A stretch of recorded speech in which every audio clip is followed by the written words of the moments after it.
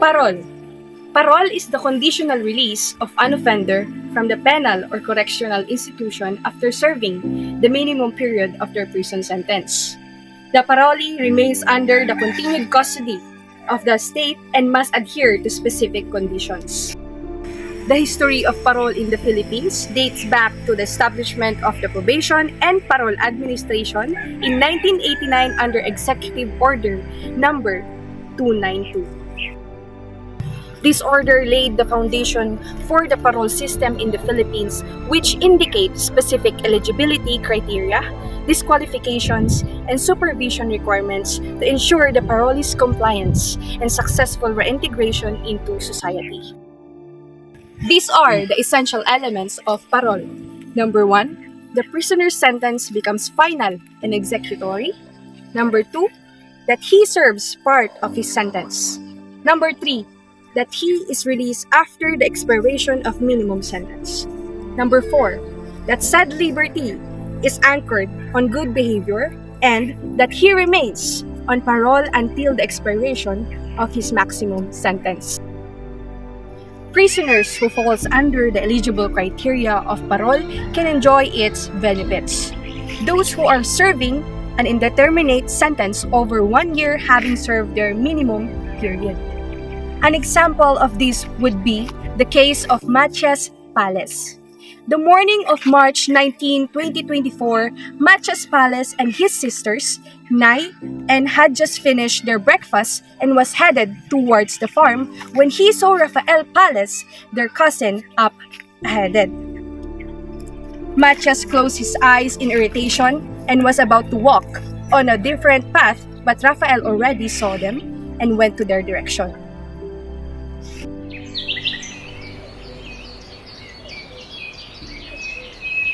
I already talked with the buyers of the land. They'll come next week to see it. Are you crazy? Who do you think you are to decide on this matter? Matias, calm down. Shouting won't help. My father is the owner of the land. You should just be thankful that I'm informing you. Your father is not the sole owner. My father holds legal right as much as your father. So you don't have the right to sell this land without my father's permission. Your father is an imbecile. Let us, the educated ones, to handle this matter. Do not disrespect my father. You? Educated? What a joke.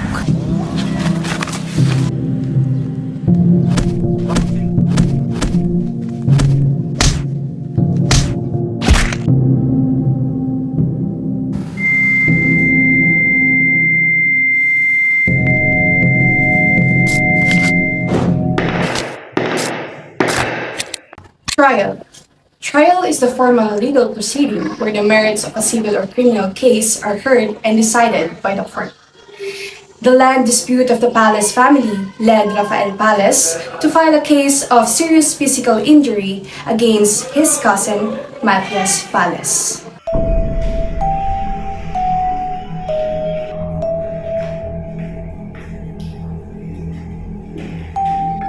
The defendant, Matias Pales, has been charged with the crime of serious physical injuries under Article 263, Paragraph 2 of the Revised Penal Code. After carefully reviewing all of the evidence presented during this trial, including witness testimonies and medical reports, the court finds that the prosecution has proven the defendant's guilt beyond a reasonable doubt. The evidence has established that the defendant did, in fact, inflict serious physical injuries upon the victim, Rafael Pales. The injuries suffered by the victim, which include the loss of hearing, fall squarely within the definition of serious physical injuries as defined in the law. Therefore, the court hereby finds the defendant, Matias Pales, guilty as charged of the crime of serious physical injuries under Article 263 of the Revised Penal Code. Pursuant to the applicable law, The defendant shall be sentenced to a term of imprisonment of 2 years, 4 months, and 1 day to 4 years and 2 months in its medium period, and 4 years, 2 months, and 1 day to 6 years in its maximum period. The defendant shall also be ordered to pay 25,000 pesos in damages to the victim as compensation for the injuries suffered. So ordered. The court's judgment is final and executory. By the time that the prisoner is already serving his sentence, 30 days before the expiration of the minimum period, the Director of Corrections will locate his carpeta, also known as inmate record or jacket, that contains the personal and criminal records of inmates. His carpeta will be forwarded to the Board of Pardons and Parole for review while he serves the remaining period of his sentence.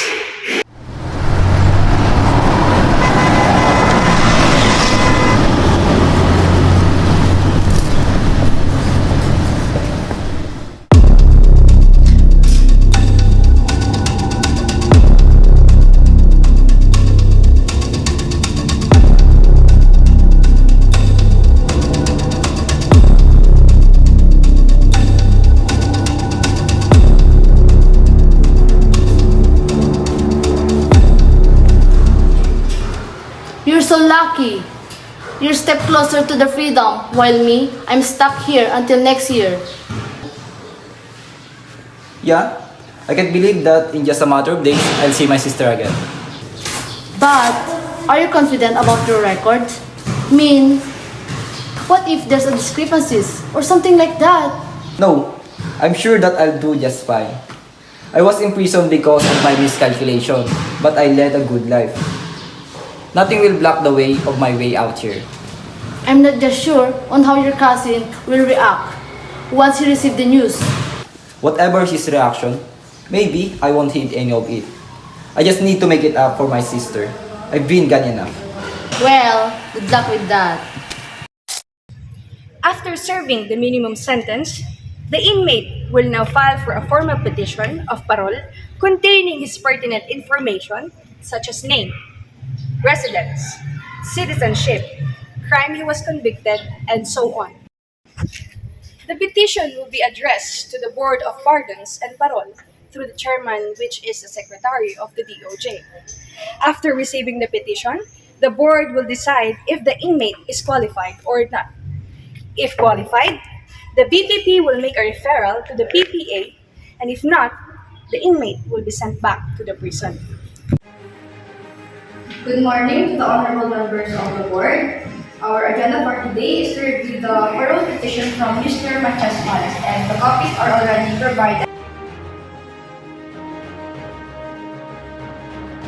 The key points need to be that he had made significant efforts towards his rehabilitation and no report of undisciplined actions. What are your thoughts about this, Mr. Malik? Yes, documentation shows that the petitioner has completed several treatment programs and maintained a good disciplinary record during the incarceration. And that's a positive sign. That's true, but we also considers the petitioner's criminal history and the severity of the original offense. The parole guidelines indicates a low to zero risk of recidivism. Absolutely. Public safety has to be our top priority in evaluating parole requests. We need to weigh the petitioner's rehabilitation progress against the potential risk. But, the document shows that the petitioner is a first-time offender.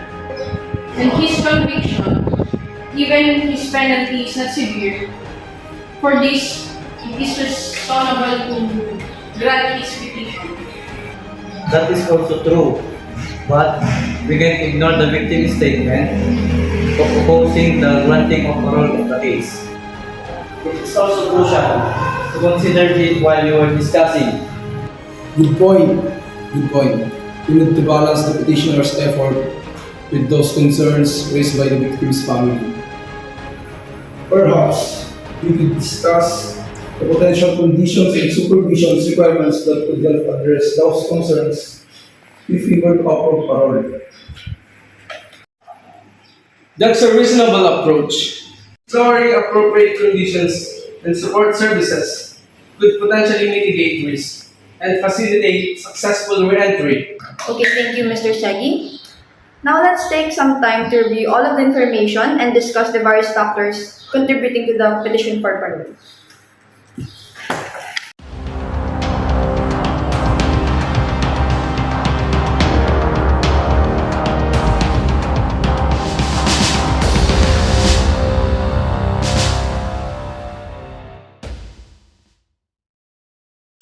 After careful consideration, the board has decided to grant the parole petition submitted by Mr. Machas Palace.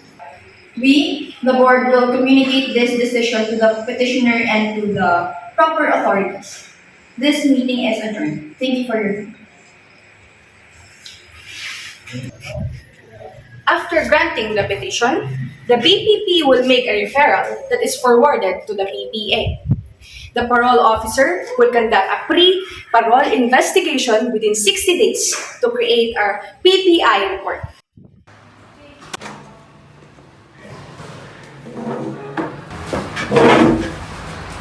Good afternoon, sir. Are you the cellmate of Mr. Machas? Yes, sir. How's Machas as your cellmate? Matias is nice. He always follows the rules here, and Matias is always participating in all programs like attending mass and vocational trainings. Thank you. You can go to your cell now.